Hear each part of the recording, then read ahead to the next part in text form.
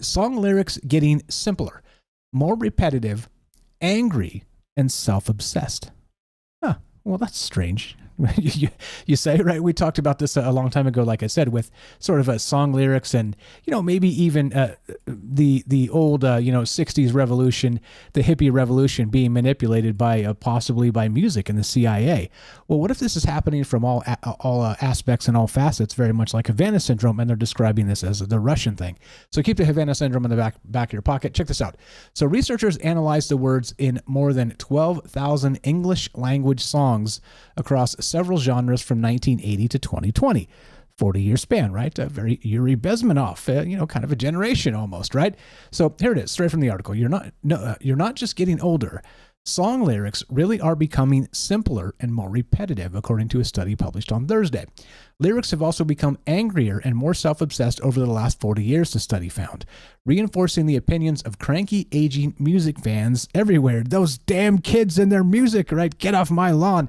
A team of European researchers analyzed the words in more than 12,000 English language songs across the genres of rap, country, pop, R&B, and rock from 1980 to 2020.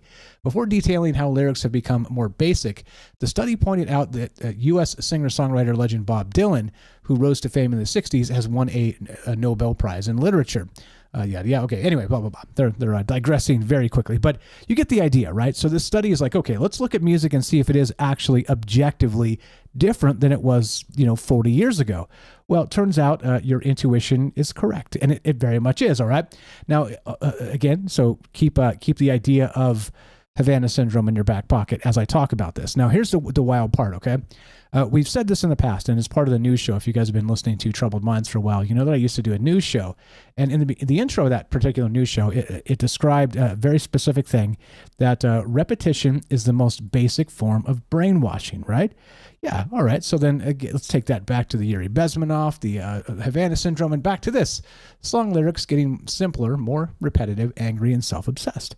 Weird, right? It seems strange, almost like this is who's leading whom, right? I guess becomes the question. Are we sort of, this is an exhibition of sort of angst and the zeitgeist manifesting in musical art, or is it the opposite? Is it some sort of an algorithmic push of this same style of music to the top of the charts because, well, they need us to hear it and they want to manipulate us with it, right? So again, which comes first, the cart or the horse, the chicken or the egg, this type of thing depends on who's driving the wagon, right?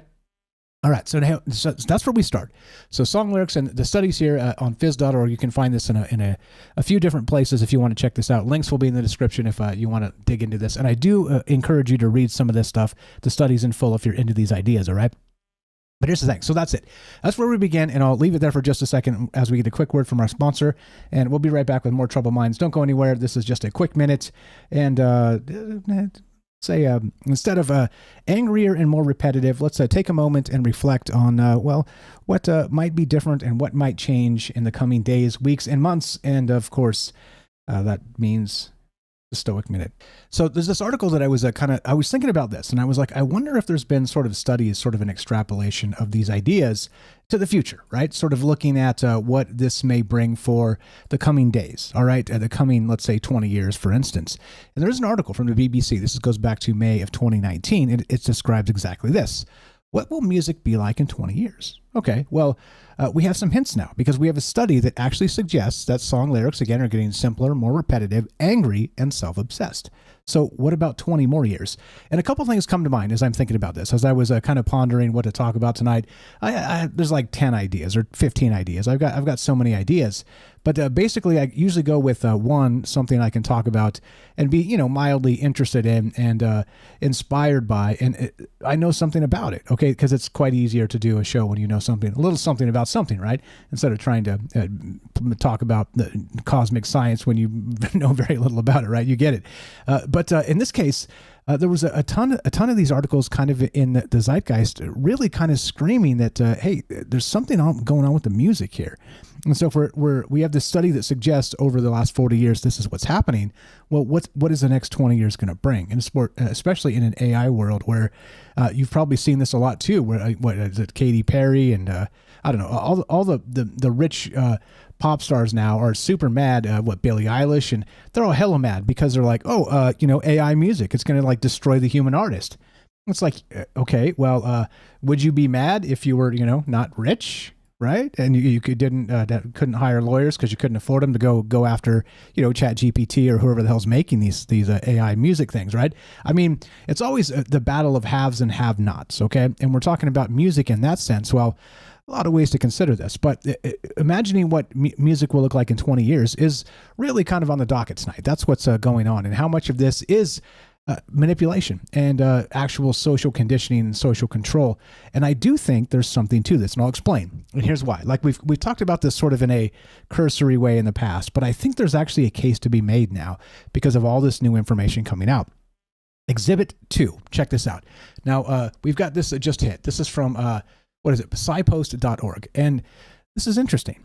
Very, very interesting. Headline is this, and this is from March 20th, so not too long ago. This is this year. Borderline personality disorder symptoms linked to music preferences. Oh, you don't say. That's weird, right? That's incredibly weird. What does that mean? What does that mean? Well, it means, and again, just a hip shot from a dirty conspiracy theorist on the interwebs, but it means that they know specifically what kind of music to play to turn us into whatever they want to turn us into, okay?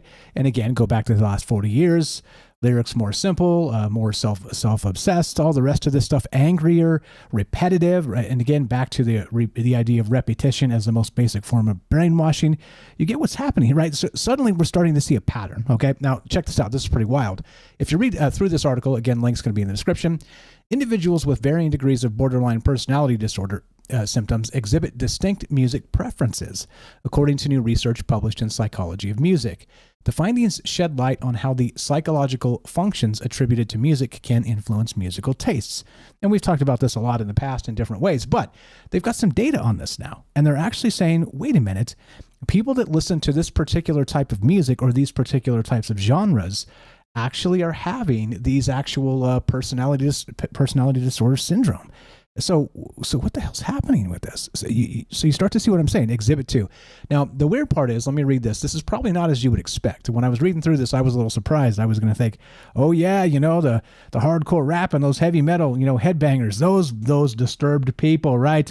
Those disturbed people. No, it's not. No, what you think? Hold on, check this out. So the researchers found that participants with higher borderline personality syndrome severity exhibited distinct preferences for certain types of music. Notably, individuals exhibiting higher symptom severity showed a preference for reflective and complex music genres, such as classical or jazz. What? Well, showing less interest in intense and rebellious genres like heavy metal or punk. That's interesting. That's odd, right?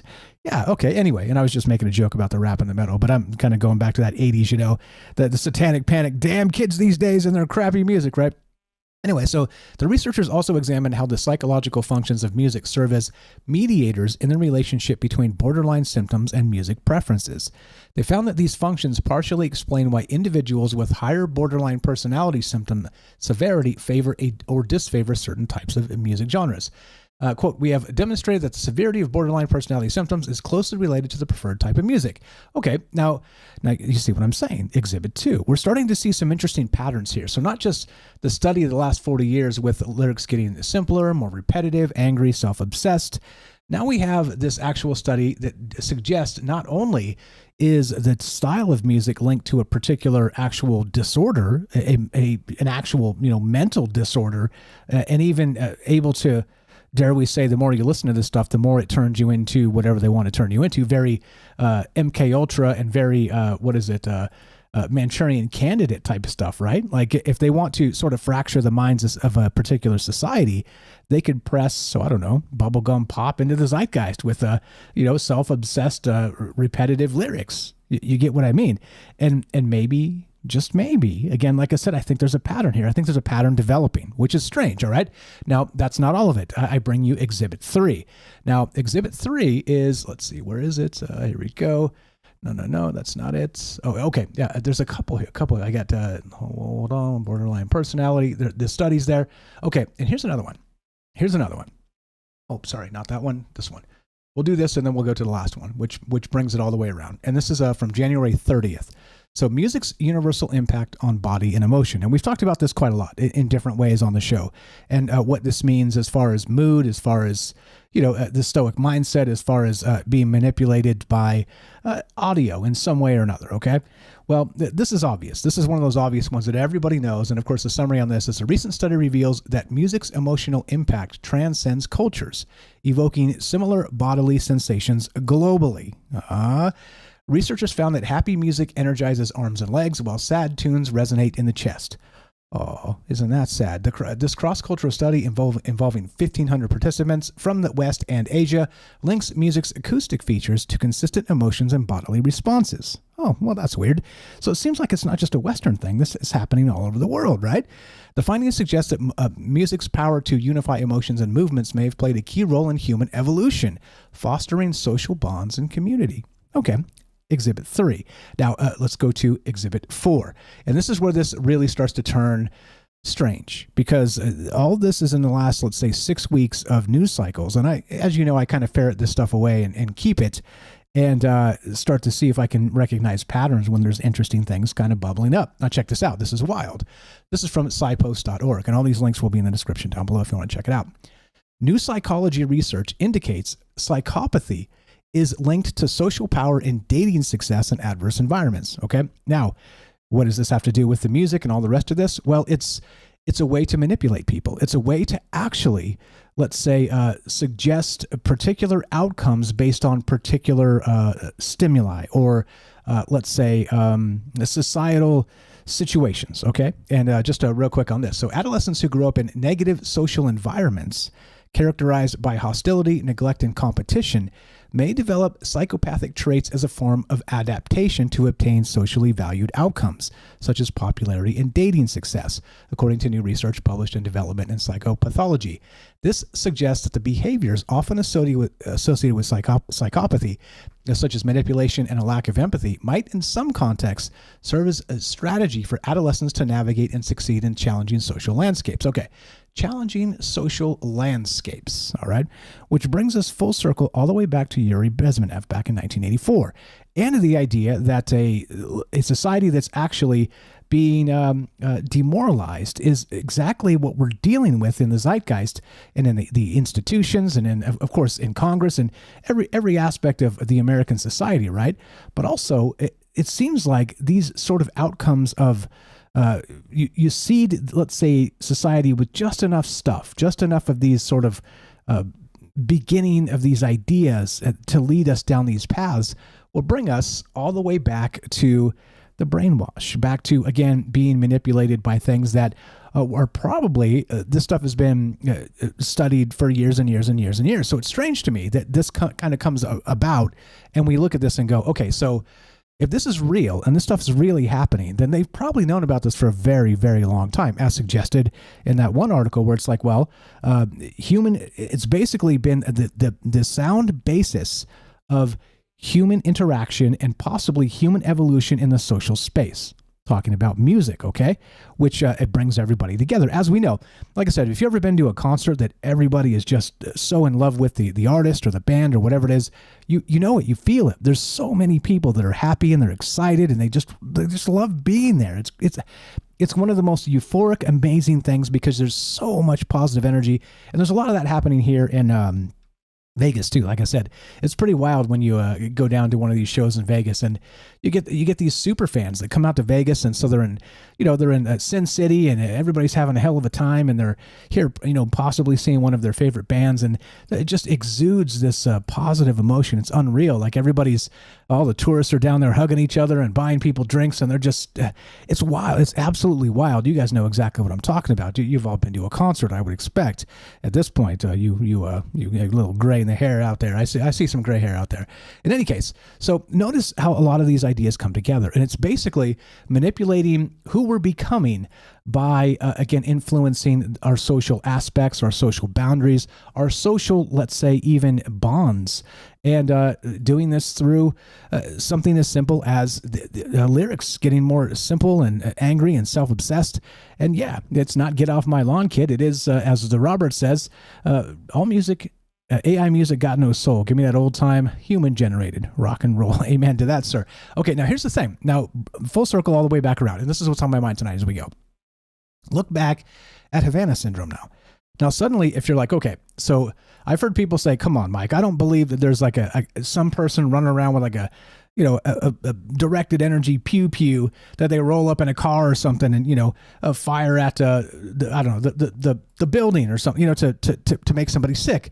Well, that's not what this suggests. At least, again, and I'm not lost on the fact that this could be propaganda because they're fingering Russia and saying specifically, these guys are the ones that are, doing this damage to our actual diplomats and everything else and the rest of the directed energy stuff. And right. Okay. But it seems like, according to this, that there is supposedly somebody running around with some sort of device where they can target people, maybe even domestically. And so the question becomes now with this entire basis tonight, back to Yuri Bezmenov. We did talk about this recently, briefly, but then also 1984. Okay.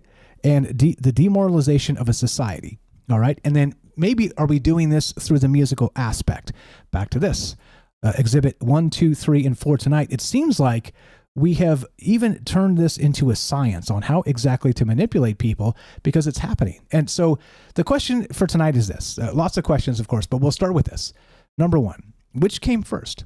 A demoralized society, or is the music leading us sort of down that path? Right? You see, which is first. And as a demoralized society, we're writing more and more self-obsessed lyrics. We're writing more angry, more repetition, more brainwash type stuff. What's exactly going on with this? Number two, what's happening with this new Havana syndrome stuff? And how wild is this? And do you think it's related at all? Or do you think it's propaganda? Number three, what about manipulating people, again, with actual borderline personality disorder syndrome with different genres of music? And if they can split this up into different things, specifically, oddly enough, classical and jazz, they say, are going to be more apt to have a higher severity of this borderline personality disorder. Is it possible that maybe bubblegum pop with these song lyrics that are more repetitive, angry, and self-obsessed are actually doing something very specific? And all of this stuff we're dealing with is not an accident. You see how, like I said, when you start to look at the news cycles, they start to tell you some stories based on the information coming out. Now, are all these things related? I'm not so sure. However, it seems to me that there's a common thread here, and that becomes the question for you guys tonight. Who's leading whom?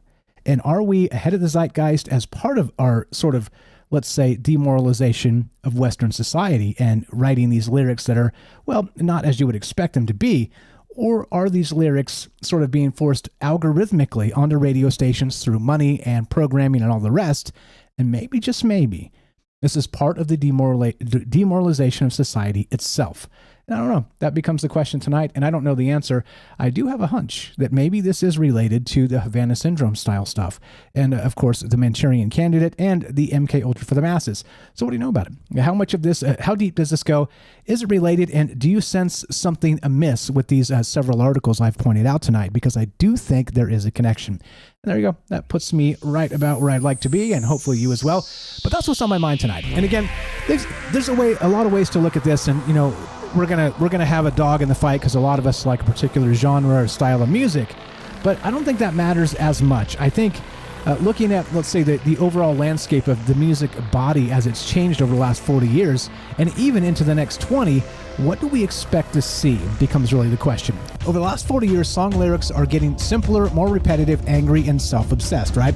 And it brings to mind that demoralization of society, that idea that just maybe we are dealing with something that's over our head and even being manipulated, not just algorithmically, but even to the point where some of the music that's being played, let's say, isn't necessarily perfectly curated as a brainwashing tool or something like this, but a particular style or genre has been developed and even, let's say, pressed forward that kind of leads us down the path of all manner of wild stuff, including, of course, let's see, where do we start? The more repetitive. And of course, the repetitive part is, we've talked about that, like I said, on the news show. Repetition is the most basic form of brainwashing. That's a fact. All you got to do is turn on Sean Hannity and watch him bleat like a sheep about Hillary's emails, 8 years later or whatever. I mean, the dude won't shut up. He's like a machine. It's absurd if you guys ever turn on Sean Hannity on the radio. I put him on for like 5 seconds and I go, oh God, he's still talking about this 5 5 years later, and then I changed the channel.